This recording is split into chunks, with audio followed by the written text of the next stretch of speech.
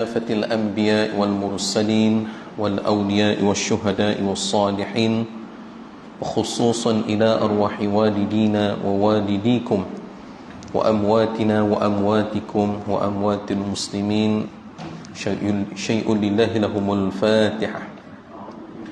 أعوذ بالله من الشيطان الرجيم. بسم الله الرحمن الرحيم. الحمد لله رب العالمين الرحمن الرحيم مالك يوم الدين إياك نعبد وإياك نستعين اهدنا الصراط المستقيم صراط الذين أنعمت عليهم غير المغضوب عليهم ولا الضالين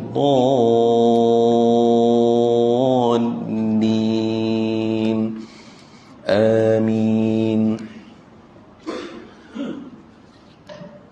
السلام عليكم ورحمة الله وبركاته. الحمد لله وكفى والصلاة الله وسلامه على رسوله المصطفى وعلى آله وصحبه الشرفاء ومن تبعهم بإحسان إلى يوم الدين ووفى.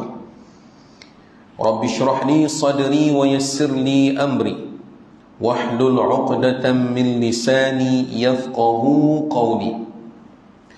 سبحانك لا علم لنا إلا ما علمتنا إنك أنت العليم الحكيم ولا حول ولا قوة إلا بالله العلي العظيم.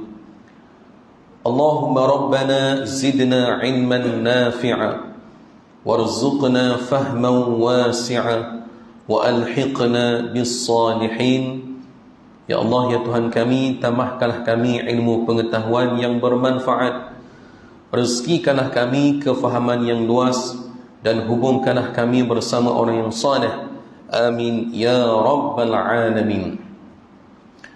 Hadirin muslimin muslimat yang dimuliakan Allah, syukur alhamdulillah, sekali lagi kita dipertemukan oleh Allah Subhanahu wa taala pada malam ini dalam suasana hujan. Semua sihat alhamdulillah. Cuma saya sehari dua ni tiba-tiba batuk, semalam pula terkena hujan, adalah demam-demam sikit. Tapi alhamdulillah, dengan izin Allah Subhanahu wa taala pada malam ni sebagaimana yang dijadualkan, kita dapat bersama-sama sekali lagi untuk berada di dalam rumah Allah di antara waktu maghrib dan isyak ini, untuk sama-sama kita menghayati ilmu yang akan dikongsikan pada malam ini yang bersumberkan daripada hadis Nabi sallallahu alaihi wasallam. Kita nak menghayati sebuah hadis Nabi yang Nabi sendiri menyebutkan kepada kita tentang afiah di dunia dan akhirat. Bagaimanakah yang dikatakan afiah di dunia dan akhirat? Kita biasa guna perkataan afiah. Afiat, bahasa Melayu orang kata selamat, sejahtera, bahagia, kan? Dan kalimah afiah ni dia menjadi terkenal bila Datuk Seri Siti Nurhaliza menamakan anak perempuannya Siti Afiah. Kan? Lagilah orang kata nama ni ataupun kalimah afiah ni dikenali ramai, walaupun dah lama dah kalimah ni, tetapi oleh kerana artis dia letak nama anak dia Afiah, jadi makin orang kenal. Nama anak perempuannya Afiah, yang lelakinya Afwa, kan? Al-Afwa wal-Afiyah. Betul, sebenarnya dua nama ni sangat cantik. Yang lelaki namanya Afwa, yang perempuan namanya Afiyah. Afwa maknanya kemaafan, Afiyah maknanya kesejahteraan, kebahagiaan. Itulah bahasa afwa, apa ni, Afiyah yang biasa kita ketahui. Baik, jadi pada malam ini kita akan menghayati sebuah hadis Nabi sallallahu alaihi wasallam yang Nabi sendiri memperjelaskan kepada kita tentang afiyah di dunia dan juga afiyah di akhirat. Afiyah di dunia dan juga afiyah di akhirat, supaya kita benar-benar mengharap agar Allah Subhanahu wa taala menganugerahkan kita kedua-duanya, itulah afiyah di dunia dan juga afiyah di akhirat. Bersabda Rasulullah sallallahu alaihi wasallam, al-afiyatu ala 'ashrati awjuhin, khamsatun fid dunya wa khamsatun fil akhirah. Fa amma allati fid dunya al-'ilmu wal 'ibadatu wal rizqu minal halal was sabru 'ala shiddah was syukru 'ala an-ni'mah. Wa amma allati fil akhirah fa innahu ya'tihi malakul maut birrahmati wal lutfi la yaru'uhu munkarun wa nakirun fil qabri yakunu aminan fil faza'il akbar tumha sayyi'atuhu wa tuqbalu hasanahu yamurru 'ala as-sirat kal barqil lami' fayadkhulul jannata fis salamah. Sadaqa Rasulullah sallallahu alaihi wasallam. Baik hadirin muslimin muslimat yang dimuliakan Allah, ayo sama-sama kita hayati hadis ini dan juga terjemahannya serta sedikit huraian yang disebutkan oleh para alim ulama, khususnya Syekh Imam An-Nawawi Al-Bantani, pengarang kitab kita ini. Kitab yang saya gunakan ini adalah kitab An-Nasaihul Ibad, nasihat-nasihat agama kepada calon penghuni syurga, yang disusun dan dikarang oleh Syekh Imam An-Nawawi Al-Bantani, seorang ulama daripada Indonesia. Baik, Nabi bersabda, terjemahannya al-afiyatu ala asyrati awjuhin, kebahagiaan itu ada 10 macam. Yang dikatakan afiyah, bahagia, sejahtera, selamat, ada 10 macam ataupun 10 jenis. 5 macam di dunia dan 5 macam lagi di akhirat. 5 macam di dunia yang kita sedang berada sekarang ini, dan 5 macam lagi adalah di akhirat nanti. Di antara afiah di dunia dan afiah di akhirat, kata ulama, afiah di akhirat itulah yang paling utama. Yang paling utama, yang kita kena buru, yang kita kena cari sungguh-sungguh berbanding afiah di dunia. Kan Allah Ta'ala sebut walal akhiratu khairun wa abqa, dan akhirat itu lebih baik dan kekal. Maka afiah akhirat itulah yang lebih utama. Nanti kita akan lihat apa dia afiah di akhirat yang kita nak kejar, yang kita nak cari, yang kita nak buru. Maka Nabi memperjelaskan kesejahteraan yang pertamanya di dunia adalah ilmu. Nak sejahtera di dunia, mula-mula kena dengan ilmu. Betullah Islam menitik beratkan tentang ilmu. Ilmu sangat-sangat penting. Talabul ilmi faridatun ala kulli muslim. Menuntut ilmu itu satu perkara yang fardu atas setiap muslim. Al-ilmu yang dimaksudkan dalam hadis ini al-ilmu din, ilmu agama. Ulama bila membahaskan akan hadis ini, yang dimaksudkan ilmu di sini adalah ilmu agama. Ilmu agama, ilmu mengenal Allah, yang disebut sebagai rukun-rukun iman yang 6 perkara. Ilmu akidah, perbetulkan akidah kita, pastikan akidah kita akidah yang sahihah, mengikut landasan ahli sunnah wal jamaah. Perbetulkan akidah. Kemudian di samping itu, ilmu yang berkaitan dengan ibadah, ilmu tentang ibadat yang kita kata rukun Islam. Lepas mengucap 2 kalimat syahadat, tentang solat kita, tentang puasa kita, tentang zakat kita, tentang haji kita, kena ada ilmu yang berkaitan dengan amal ibadah.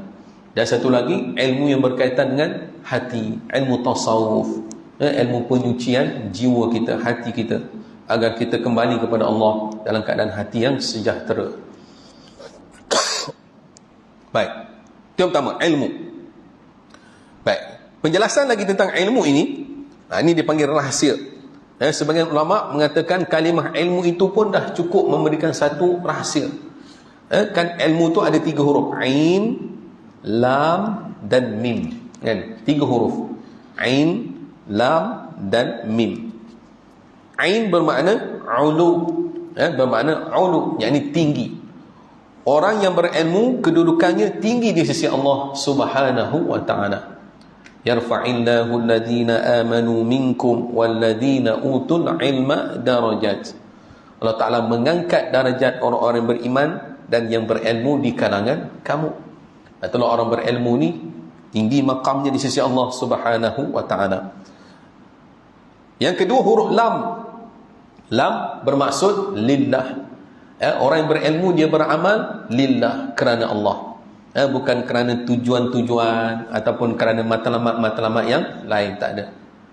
Berbeza kan, kadang-kadang orang yang tak ada ilmu, bila dia buat amal nak tunjuk kat orang kan, sikit-sikit nak update dekat Facebook, nak update dekat Instagram, dan puasa hari ni, nak cerita dia puasa hari ni, dan solat hari ni. Jadi tak ada dia tidak ada buat dia tidak beramal kerana Allah Subhanahu wa Ta'ala. Dan yang ketiganya huruf mim. Huruf mim bermaksud mulkillah. Dia menyedari bahawasanya dia adalah milik Allah Subhanahu wa Ta'ala. Dia datang daripada Allah dan akan kembali kepada Allah. Ataupun dalam arti kata yang lain, kata guru saya, orang berilmu ni dia tahu hakikat diri dia sendiri. Dia kenal dia adalah hamba Allah. Walaupun Tuhan bagi ilmu dekat dia, dia tidak ada sifat nak sombong, nak bangga dengan ilmunya. Kerana dia sedar dia adalah milik Allah Subhanahu wa Ta'ala. Itulah kedudukan orang yang berilmu. Dalam hadis pula, walaupun hadis ini dipertikai dari segi kesahihannya, tetapi dalam bab fadail amal, kata Imam An-Nawawi, boleh kita jadikan sebagai panduan. Man arada dunya fa'alaihi bil ilmi. Barang siapa yang nakkan dunia, kena ada ilmu. Wa man arada al-akhirah, barang siapa yang nakkan akhirat pun kena ada ilmu.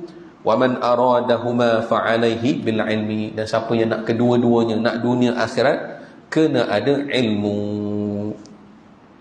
Jadi kesimpulannya yang Nabi sebut, afiah di dunia yang mula-mula sekali adalah ilmu. Ilmu penting. Ilmu penting. Jangan kita ambil mudah. Lebih lagi saya sebut tadi, ilmu yang berkaitan dengan agama kita sendiri.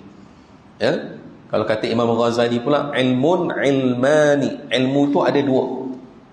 Ilmun yuntafa'u bih, ilmu yang makin kamu belajar memberikan manfaat kepada kamu. Maksudnya makin belajar makin takut ke Tuhan, makin belajar makin tak berani nak melawan hukum-hukum Tuhan. Berbeza dengan ilmu yang tidak bermanfaat. Yang keduanya adalah ilmu yang makin belajar kadang-kadang berani melawan hukum Tuhan. Berapa ramai orang yang berilmu tetapi dia melawan hukum Tuhan. Berilmu hebat tapi aurat pun tak jaga, solat pun tidak. Ilmu hebat, tinggi ilmunya, tetapi tidak ada manfaatnya untuk akhirat. Baik, itu yang pertama, ilmu. Nak bahagia dunia kena ada ilmu. Kalau orang tak ada ilmu, dia akan ditipu, dia akan dikhianati dan sebagainya. Yang kedua, Nabi SAW memperjelaskan tentang afiah di dunia adalah ibadah. Nabi kata ibadat. Sebab kita diciptakan oleh Allah adalah untuk ibadat. Wa ma khalaqtul jinna wal insa illa liya'budun. Tidak aku ciptakan jin dan manusia melainkan adalah untuk mereka beribadah kepadaku. Jadi mengabdikan diri kepada Allah Subhanahu wa Ta'ala. Sama ada ibadah itu ibadah yang khusus.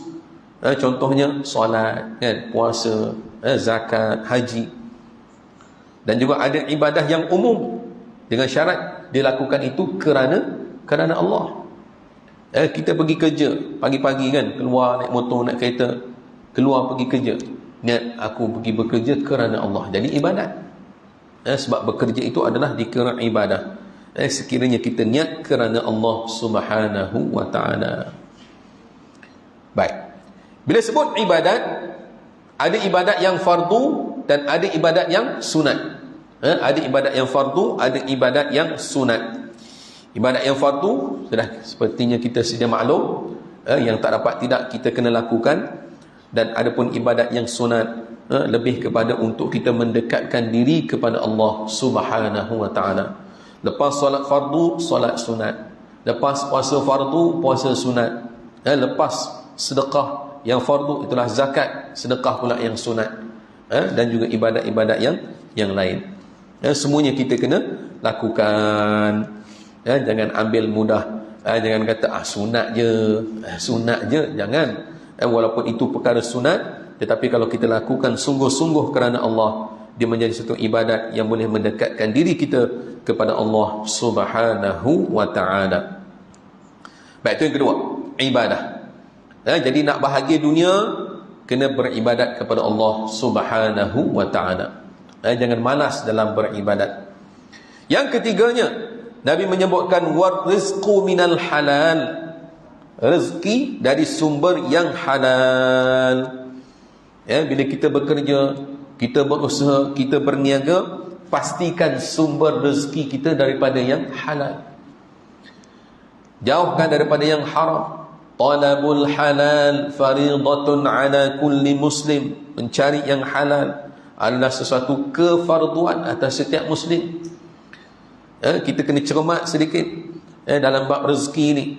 Cek adakah benar-benar halal. Kalau halal, alhamdulillah, ambil. Kalau haram, jauhkan. Yang syubhat pun sebaik-baiknya dijauhkan. Sebab takut terjebak dengan yang haram. Baik, rezeki bukan hanya sekadar yang kita kata makan, minum, kan? Biasa orang faham rezeki ni yang kita duk makan, yang kita duk minum. Termasuk juga rezeki adalah segala-gala yang Tuhan anugerahkan kepada kita. Contohnya, kita kata ilmu pun adalah rezeki. Maka carilah ilmu yang halal, dengan penuh keberkatan, dari guru yang betul, dari guru yang boleh membimbing kita ke jalan Allah Subhanahu wa ta'ala. Apalagi rezeki, selain makanan, selain pakaian, selain daripada ilmu, tempat tinggal kita juga adalah rezeki. Segala yang kita boleh manfaatkan, semuanya adalah rezeki daripada Allah Subhanahu wa ta'ala. Dan bila kita mendapat rezeki, yang paling penting adalah bersyukur, berterima kasih sungguh-sungguh kepada Allah Subhanahu wa ta'ala. Baik sikit maupun banyak, kena bersyukur kepada Allah Subhanahu wa ta'ala. Dan manfaatkan juga rezeki itu pada jalan Allah. Selain kita gunakan untuk nafkah diri kita, anak-anak kita, isteri kita dan sebagainya, peruntukkan sebahagiannya untuk kita bersedekah, untuk berwakaf dan sebagainya. Baik, itu yang ketiga. Yang pertama ilmu, yang keduanya ibadat, yang ketiganya rezeki daripada yang halal, dan yang keempatnya Nabi sebut was-sabru 'ala syiddah, sabar menghadapi bencana ataupun ujian daripada Allah Subhanahu wa ta'ala. Bila Tuhan uji kita, tak kenalah apa bentuk ujian sekalipun, bersabarlah. Kerana orang yang sabar, kedudukannya sangat tinggi, sangat dekat di sisi Allah Subhanahu wa ta'ala. Innallaha ma'as sabirin, sesungguhnya Allah bersama dengan orang yang sabar. Baik, Syekh Junaid Al-Baghdadi pernah berkata, bila sebut tentang sabar ni, sabar dalam menghadapi bencana, ia ibarat menelan pahit tanpa merasakan pahitnya. Ni panggil bahasa yang tinggilah. Ia ibarat kita menelan sesuatu benda yang pahit tanpa merasakan pahitnya. Itu dipanggil as-sabru 'ala syiddah. Kita sedang diuji, tapi kita sabar. Kemalangan ke, kematian ke, kan? So saat kita diuji tu, kita sabar. Dan Amirul Mukminin Sayyidina Ali bin Abi Talib radhiyallahu anhu pernah mengulas tentang kedudukan dan keutamaan sabar bagi seseorang. Jadi Sayyidina Ali pernah kata, as-sabru minal iman bimanzilatir ra'si fil jasad. Sabar berkaitan dengan iman, ataupun sabar itu separuh daripada iman, ibarat kepala dengan tubuh. Ibarat kepala dengan tubuh.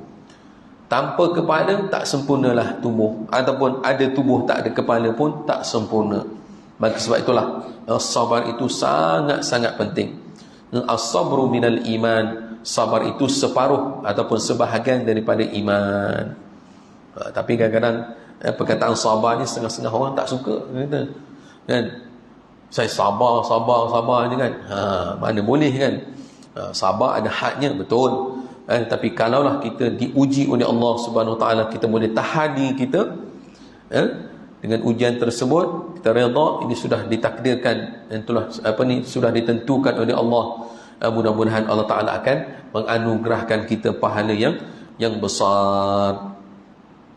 Dan kalau dibahas lagi tentang sabar ini, bukan setakat sabar ketika diuji, ketika menghadapi bencana, sabar juga ketika melakukan taat. Ini bahasan yang lain lah. Dalam kitab-kitab lain disebut sabar ketika melakukan taat kepada Allah Subhanahu Wa Taala. Contohnya, kita nak bangun sembahyang malam kan, nak tahajud, pukul 5 pagi nak bangun, jam berbunyi kering kan, rasa nak tidur lagi, nak peluk nak peluk bantal lagi, nak tarik selimut lagi. Tapi kita boleh lawan untuk bangun di tengah malam untuk beribadat kepada Allah Subhanahu Wa Taala. Jadi sabar itu adalah sabar yang hebat kita nak melakukan ketaatan kepada Allah Subhanahu Wa Taala. Baik, adapun yang disabdakan Nabi dalam hadis ini adalah wasabru ala syiddah, sabar ketika menghadapi bencana. Dan ingatlah, bencana, ujian yang Tuhan berikan kepada kita itu sebenarnya Tuhan tahu kita mampu menghadapinya. Tuhan tahu kita mampu menghadapinya. Tuhan tidak akan menimpakan sesuatu bencana, ujian, melainkan Tuhan dah tahu dah, dia ni boleh menghadapi ujian ini. Tuhan tidak akan menimpakan sesuatu yang membebankan dan memberatkan seseorang hamba-Nya. Baik, dan yang terakhir, jadi katakan afiah di dunia. Yang terakhirnya Nabi bersabda wasyukru 'alan ni'mah, wasyukru 'alan ni'mah, dan syukur menerima nikmat. Bila Tuhan berikan dia nikmat, alhamdulillah. Mulut dia sentiasa mengucapkan alhamdulillah, alhamdulillah, alhamdulillah, sentiasa berterima kasih kepada Allah Subhanahu Wa Taala. Dan diguna pula nikmat itu pada jalan yang betul. Sebab orang yang bersyukur ini adalah dia menggunakan semula nikmat yang Allah Taala berikan itu pada jalan yang dikehendaki dan diredai oleh Allah Subhanahu Wa Taala. Itu hakikat orang yang benar-benar bersyukur kepada Allah Subhanahu Wa Taala. Tuhan bagi sihat, alhamdulillah.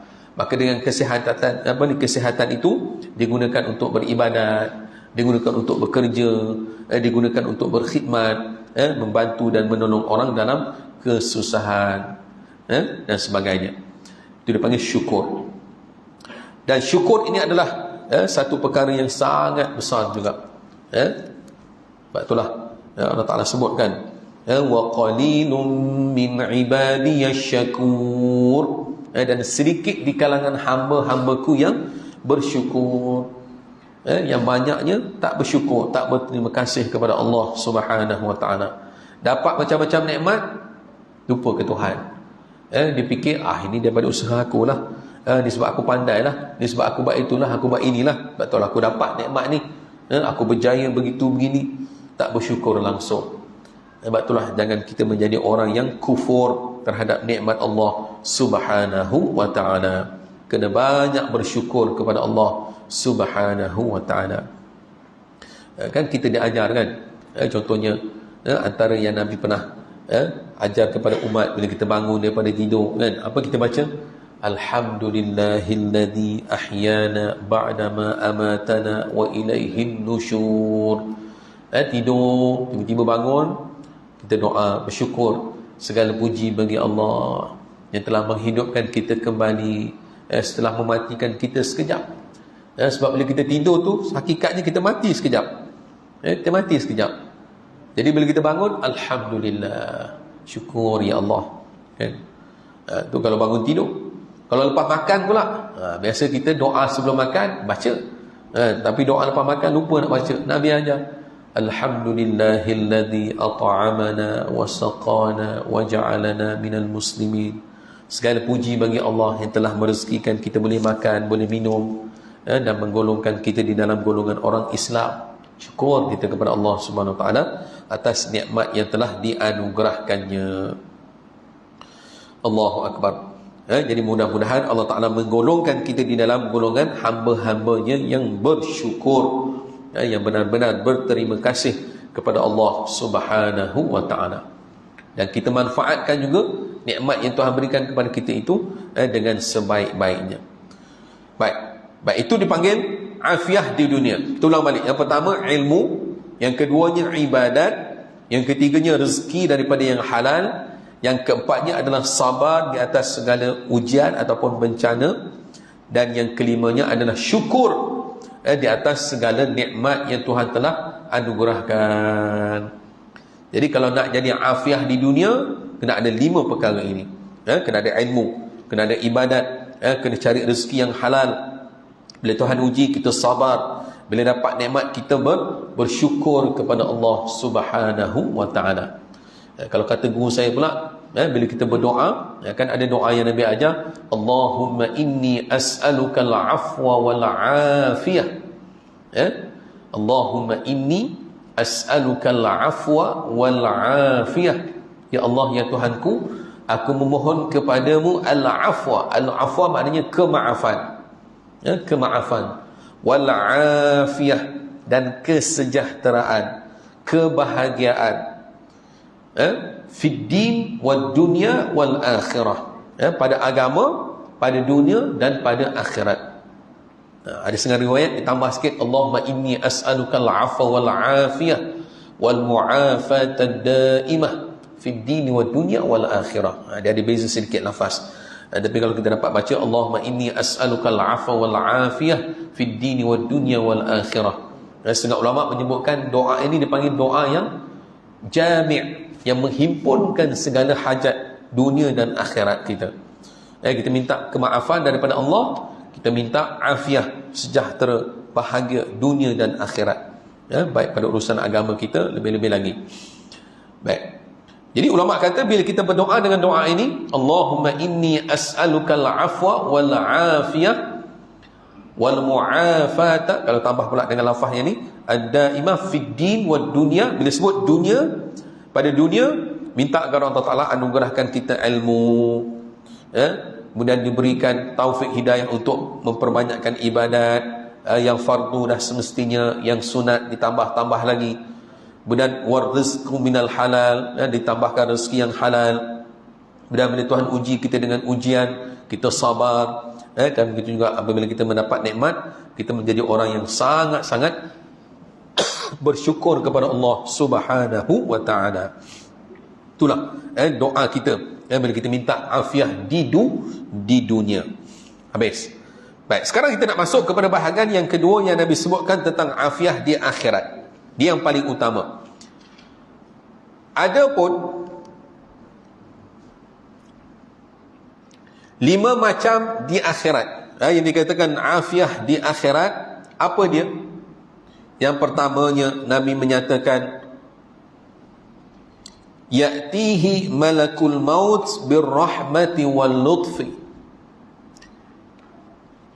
Afiat di akhirat adalah yang pertamanya, saat kita nak meninggal dunia, malaikat maut ataupun malaikat pencabut nyawa datang dengan kasih sayang dan lemah lembut. Allahu Akbar. Saat kita nak mati, nak keluarnya roh daripada jasad, biarlah pada saat itu roh kita keluar, dicabut nyawa kita oleh malaikat yang ditugaskan untuk mencabut nyawa. Dia datang dengan penuh kasih sayang, dengan penuh lembut, tidak disentak, tidak ditarik dengan sekeras-keras dan sekasar-kasarnya. Baik, kenapa saat kematian itu dikira dah masuk akhirat? Baik, kata ulama, kerana permulaan kematian seseorang itulah permulaan akhirat bagi dia. Permulaan akhirat kita adalah kematian. Pemisah antara dunia dan akhirat adalah tengah-tengahnya kematian. Maka kematian itulah yang kita harapkan. Saat roh kita nak keluar daripada jasad, roh kita dicabut nyawanya dalam keadaan penuh kasih sayang dan penuh lemah lembut oleh malaikat maut yang ditugaskan oleh Allah Subhanahu wa Ta'ala. Inilah doa kita sepatutnya. Sebagai ulama mengatakan, nak mati dalam husnul khatimah, kena solat hajat hari-hari minta dengan Allah Subhanahu wa ta'ala. Jangan hanya sebut je nak mati dalam husnul khatimah, tapi kena solat hajat, kena minta, kena doa sungguh-sungguh dengan Allah Subhanahu wa ta'ala. Mati tengah ibadat contohnya kan zaman kita ni kita dah canggih kan. Kalau dulu biasa kita dengar cerita je, kisah orang tu mati tengah sujud, mati tengah solat, mati tengah baca Quran. Zaman sekarang ni ada video-video yang orang share dekat Facebook lah, dekat YouTube lah, kematian yang baik, kematian yang husnul khatimah. Sebab itulah ulama pesan, kalau kita dapat video-video yang macam tu, kan orang share kan, ada CCTV dekat surau, dekat masjid, ada seorang hamba Allah ni tengah sujud, sujud tak bangun-bangun dah kan, tak bangun-bangun dah sujud dia orang tolak Allah, rupanya dah meninggal dunia dah. Kalaulah kita direzekikan dapat melihat video-video yang sedemikian, waktu tu juga kita doa, ya Allah, matikanlah aku sebagaimana engkau telah matikan hamba-Mu ini. Mati dalam husnul khatimah, mati dalam solat, mati baiklah, mati dalam keadaan sedang beribadat kepada Allah Subhanahu wa ta'ala, mati dalam keadaan berwuduk lagi, mati dalam keadaan dia berada dalam masjid lagi, ataupun surau, mati di tempat yang mulia. Masya Allah. Inilah hamba-hamba Allah yang saat rohnya keluar daripada jasad, dicabut nyawanya oleh malaikat maut dengan penuh rahmat, dengan penuh kasih sayang, dengan penuh kelemah lembutan, oleh malaikat yang ditugaskan untuk mencabut nyawanya. Allahumma khtim lana bihusnil khatimah. Doa dengan Allah, ya Allah, matikanlah kami dalam husnul khatimah, baik kesudahan. Saat kita mati dalam keadaan yang penuh dengan rahmat daripada Allah Subhanahu wa ta'ala. Baik, itu pertama, afiah di akhirat. Malaikat pencabut nyawa datang dengan kasih sayang dan lemah lembut. Baik, yang keduanya, la yaru'uhu munkarun wa nakirun fil qabri. Malaikat munkar dan nakir, malaikat munkar dan nakir, ini wajib kita percaya, wajib kita kena imani. Ada soal kubur, kan ada soal kubur, ada soalan-soalan yang kita dah tahu dah soalannya, jawapannya pun kita dah tahu dah kan. Datangnya malaikat munkar dan nakir di kuburnya tidak menakutkannya. Malaikat yang ditugaskan oleh Allah Ta'ala untuk menanya soalan-soalan kubur datang, tetapi tak menakutkan. Bukan datang dalam keadaan bengis, dalam keadaan yang garang, tidak. Allahu Akbar. Ini orang-orang yang Allah Ta'ala pilih. Saat malaikat muka nakir ni datang ke kubur, datang lembut, dia tanya soalan pun, kadang-kadang tak tanya soalan pun, lepas je lah dia ni kan. Kan banyak kisah-kisah yang kita dengar, kisah para wali Allah yang Allah Ta'ala kisahkan kisah-kisah mereka melalui lisan-lisan ataupun melalui cerita-cerita yang diceritakan oleh para alim ulama-ulama dahulu. Contohnya kisah Imam Al-Ghazali rahimahullahu ta'ala, ada disebutkan di dalam kitab Ihya Ulumuddin, di permulaannya. Imam Al-Ghazali diceritakan, bila dia telah meninggal dunia, ada anak murid dia yang bermimpi berjumpa dengannya. Anak murid dia bermimpi berjumpa dengannya. Dia dah meninggal tapi bermimpi berjumpa dengannya. Jadi anak murid dia tanyalah, wahai imam, apa yang Tuhan buat kepada kamu? Bagaimana nasibmu di alam kubur sana? Maka Imam Al-Ghazali kata, alhamdulillah, keadaan aku tak ada apa, alhamdulillah, selamat. Namun apa yang aku karang, kitab-kitab yang aku tulis sebelum ni, semuanya telah hancur musnah. Maksudnya tak ada nilai dah lah. Tuhan tak pandang terhadap apa yang pernah aku lakukan sewaktu hidup di dunia. Dan sekarang ini aku menikmati keindahan, keseronokan, kebahagiaan di alam kubur ni hanya dengan satu sebab sahaja. Hanya dengan satu sebab sahaja. Apa dia? Maka Imam Al-Ghazali pun menceritakan kepada anak murid dia, suatu hari ketika aku sedang mengarang kitab, Dulu orang dulu dia nak karang kitab, dia guna dakwat kan, dia guna ink, dia celuk, kemudian dia tulis, dia celuk, dia tulis. Jadi suatu ketika aku sedang mengarang kitab, aku celuk dakwat, kemudian ketika aku hendak menulis, tiba-tiba ada binatang, ada setengah dia orang katakan, ada yang kata lalat, ada yang kata nyamuk. Maka aku pun berhenti daripada menulis kerana nak memberikan laluan ataupun nak memberikan kepada binatang yang hinggap dekat dakwat aku ni, supaya dia minum puas-puas dakwat tu. Air kan, ibaratnya air lah, nak memberi minuman. Maka aku berhenti dulu daripada menulis. Aku bagi dia minum puas-puas, lepas tu aku tulis balik bila dia terbang. Maka dengan sebab itulah, akhirnya di saat aku berada di alam kubur ini, Allah Ta'ala rahmati aku, kerana di dunia dahulu aku pernah merahmati makhluk Allah, itulah semut, lalat ataupun nyamuk yang ketika aku hendak menulis menghinggap di atas batang penku yang dakwatnya untuk dijadikan sebagai minuman. Allahu Akbar. Ini nak cerita tentang sifat rahmahnya, kasih sayangnya dan belas kasihannya terhadap makhluk Allah Subhanahu wa ta'ala. Baik. Jadi bila sebut tentang alam kubur, ada soalan kubur. Siapakah Tuhan kamu? Akan ditanya soalan itu. Kita dah tahu dah jawapan dia, Allah lah Tuhan kita kan. Tapi adakah semudah-mudahnya kita akan mampu menjawab? Belum tentu. Belum tentu. Walaupun di dunia ni fasih, kita hafal berulang, Allahu Rabbi, Muhammadun Nabi, Al-Quranu Imami, Al-Ka'batu Qiblati. Kan ada setengah orang tu dia siap hafal lagi soalan-soalannya dan juga jawapan-jawapannya. Adakah di alam kubur nanti mampu dijawab dengan lidah yang fasih? Belum tentu. Belum tentu. Melainkan kalaulah dia benar-benar mengikuti apa yang dia bawa dan diajarkan oleh Allah dan juga Rasulnya tentang perkara-perkara yang ditanyakan di alam kubur tersebut. Tak semudah-mudahnya. Jadi sebab itulah afiah di akhirat yang keduanya dikatakan oleh Nabi adalah kedatangan malaikat munkar dan nakir di kuburnya tidak menakutkan. Bahkan ianya datang dalam keadaan dengan penuh kebaikan, dengan penuh kerahmatan, dan mudah-mudahan akan memberikan keselamatan dan kebahagiaan kepadanya di alam kubur tersebut. Baik, dah masuk waktu isyak. Okay, kita berhenti sekejap untuk memberi laluan azan isyak dan kita akan sambung semula hadis ini.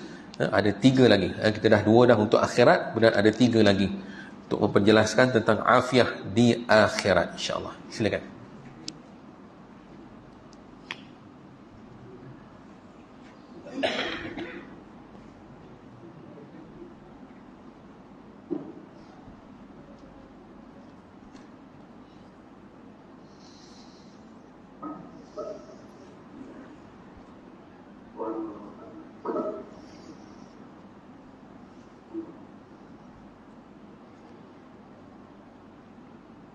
Allahu Akbar, Allahu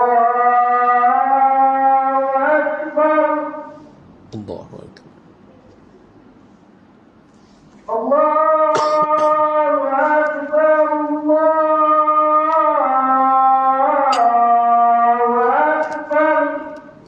Allahu Akbar.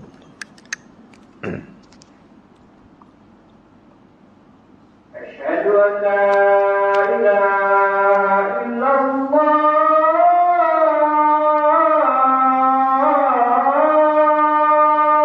Asyhadu an la ilaha Asyhadu an la ilaha illallah.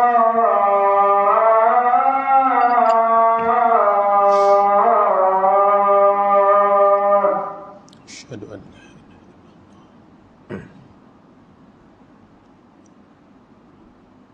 أشهد أن محمدا رسول الله.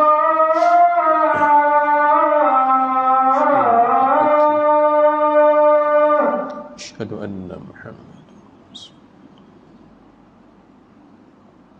أشهد أن محمدا رسول الله.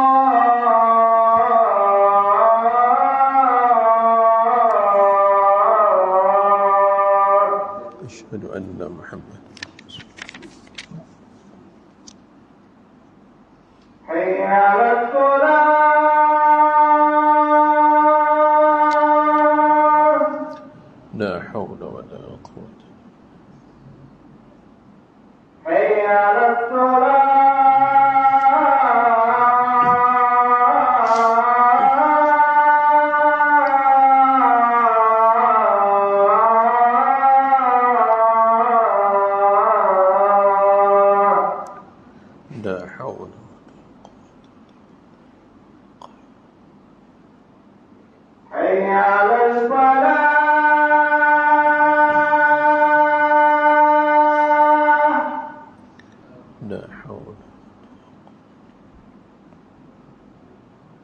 حي على الفلاح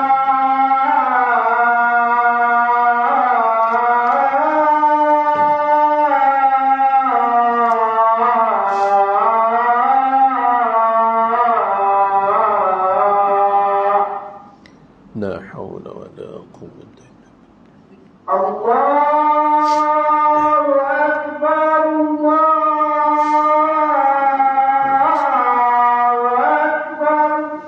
الله أكبر أكبر. لا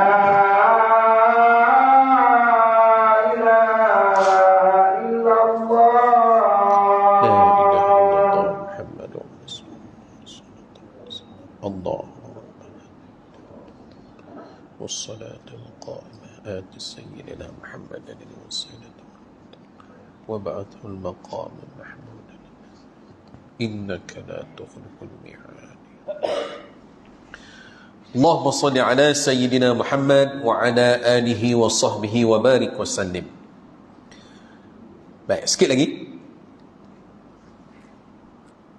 Afiat di akhirat yang pertama tadi adalah datangnya malaikat maut mencabut nyawa dalam keadaan penuh kelembutan, penuh kasih sayang dan penuh rahmat. Dan yang keduanya adalah saat malaikat Munkar dan Nakir datang untuk menanyakan soalan kubur. Dia datang dalam keadaan yang tidak menakutkan. Baik, itu yang kedua. Yang ketiga, Nabi bersabda, afiat di akhirat adalah yakunu aminan fil faza'il akbar. Ia aman ketika terjadinya kegentaran terbesar. Apa makna kegentaran terbesar? Itulah huru-hara yang terjadi pada saat datang perintah kepada orang-orang kafir untuk segera menuju ke neraka. Di saat pintu neraka dikunci semula setelah para penghuninya masuk dan tiada harapan dapat keluar semula. Juga dikala terjadi penyembelihan kematian yang digambarkan dengan penyembelihan seekor kimas mulus di antara syurga dan neraka. Sejak saat itulah kematian tidak lagi terjadi pada sesiapa pun. Kemudian ada yang menyeru, wahai ahli neraka, kalian kekal dan tidak akan mati. Maka putuslah harapan ahli neraka untuk keluar daripadanya, yakni daripada neraka. Baik, ini dipanggil apabila berlakunya kegentaran huru-hara yang terbesar, maka orang-orang yang mendapat afiat di akhirat, mereka diamankan oleh Allah. Mereka dipelihara, dijaga oleh Allah Subhanahu Wa Taala. Huru-hara lah macam mana pun, tapi mereka tetap selamat. Bahkan mereka akan dimasukkan ke dalam syurga Allah Subhanahu Wa Taala. Allahumma ja'alna minhum. Moga-moga Allah menggolongkan kita, memasukkan kita di dalam golongan tersebut. Itu yang ketiga. Yang keempatnya pula, Nabi bersabda, tumha sayyi'atuhu wa tuqbalu hasanah. Keburukan-keburukannya dimansuhkan dan amal kebaikannya diterima. Ini kita harap. Segala kejahatan, keburukan, mungkin kekurangan yang pernah kita lakukan, Tuhan mansuhkan, delete, padam. Dalam buku catatan amal kita, yang buruk-buruk semuanya dipadam oleh Allah Subhanahu Wa Taala. Bahkan yang baik-baik semua Tuhan makbul, Tuhan terima. Jadi bila Tuhan terima amal, itulah yang kita harapkan. Kerana amal yang dibuat tetapi tak diterima oleh Allah, maka sia-sialah amal tersebut. Sebab matlamat kita buat dalam melakukan sesuatu amal, kita mengharapkan Allah terima. Innama yataqabbalullahu minal muttaqin. Di dalam Al-Quran Allah Ta'ala sebut, sesungguhnya yang Allah Ta'ala terima daripada amal yang dilakukan oleh hamba-hambanya adalah amalan yang dilakukan oleh orang yang bertakwa. Innama yataqabbalullahu minal muttaqin. Orang yang bertakwalah yang Allah Ta'ala akan terima segala amalan dia, yang fardunya, yang sunatnya. Bahkan kedudukan mereka makin dekat, makin tinggi dia dengan Allah Subhanahu Wa Ta'ala. Baik, itu yang keempat. dimansuhkan segala keburukannya dan segala amal baiknya diterima oleh Allah Subhanahu wa ta'ala. Dan yang terakhirnya Nabi bersabda, yamurru 'ala as-sirat kal barqil lami' fayadkhulul jannata fis salamah. Dan ia akan melintasi jambatan seperti kilat. Saat dia meniti titian sirat, perginya sepantas secepat kilat, dan lalu masuk ke syurga fis salamah, dengan selamat. Masuk syurga selamat. Ini yang kita harap, masuk syurga selamat. Rabbi salim salim, Rabbi salim salim, wahai Tuhan selamatkanlah, wahai Tuhan selamatkanlah. Bila Tuhan selamatkan kita, kemuncaknya adalah masuk ke dalam syurga Allah Subhanahu wa ta'ala. Inilah afiah yang tertinggi.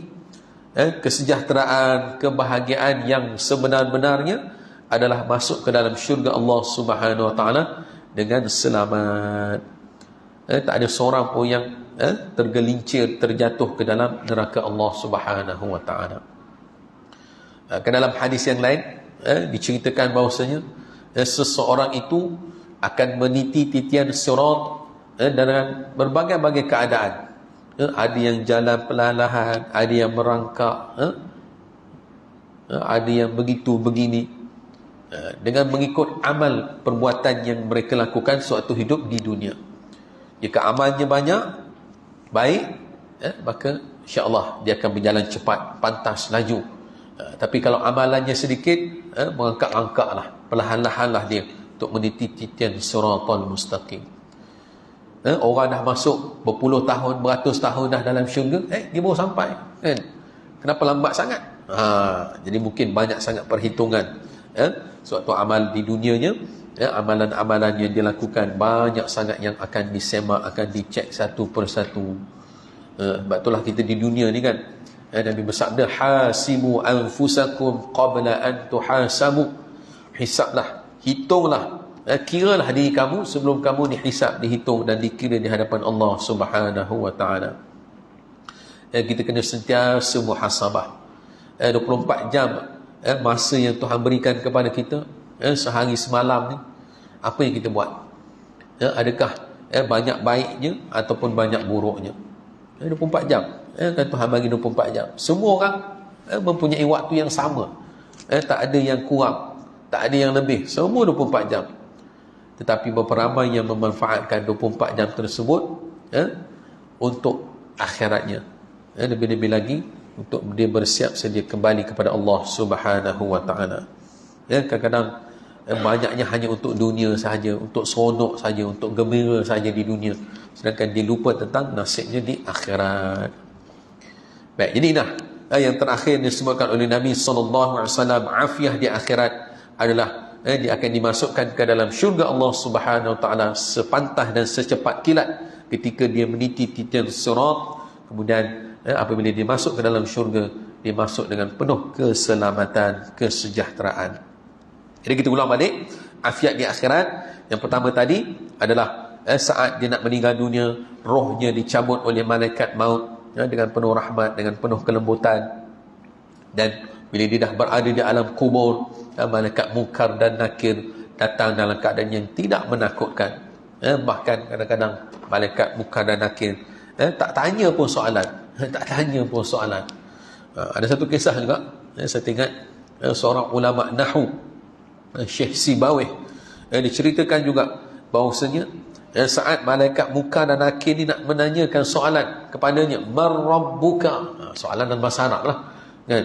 Walaupun kita tak mahir bahasa Arab di dunia ni, dalam kubur besok tetap kita akan menjawab dalam bahasa Arab. Sebab apa? Sebab bahasa roh kita adalah bahasa Arab. Bahasa roh kita adalah bahasa Arab. Jadi Syekh Sibawih ni, bila ditanya man rabbuka, siapa Tuhan kamu, dia boleh tanya malaikat tu, man tu isim apa? Dia bahas ikut ilmu nahu, ilmu tata bahasa Arab. Man tu isim apa? Isim mausul ke, isim tu ke, isim ni ke? Jadi malaikat tak ada ilmu tentang tu, sudah kan. Jadi bila ditanya soalan semula oleh Syekh Sibawih, akhirnya Syekh Sibawih bertanyakan balik tentang man tu, isim apa ataupun nama bagi apa. Maka akhirnya malaikat ni mengadu kepada Allah. Akhirnya Allah Ta'ala kata, biarkanlah dia, kerana dia adalah seorang yang alim, seorang yang sangat berjasa dalam agama, berasaskan ilmu nahu, berkaitan dengan hukum tata bahasa Arab di dalam Al-Quran dan sebagainya. Maka masukkanlah dia ke dalam syurgaku dengan penuh rahmat, dengan penuh kasih sayangku. Itu nak ceritanya, hebatnya kan ulama-ulama dahulu kan, sampai dia boleh bersoal jawab pula dengan malaikat Munkar dan Nakir.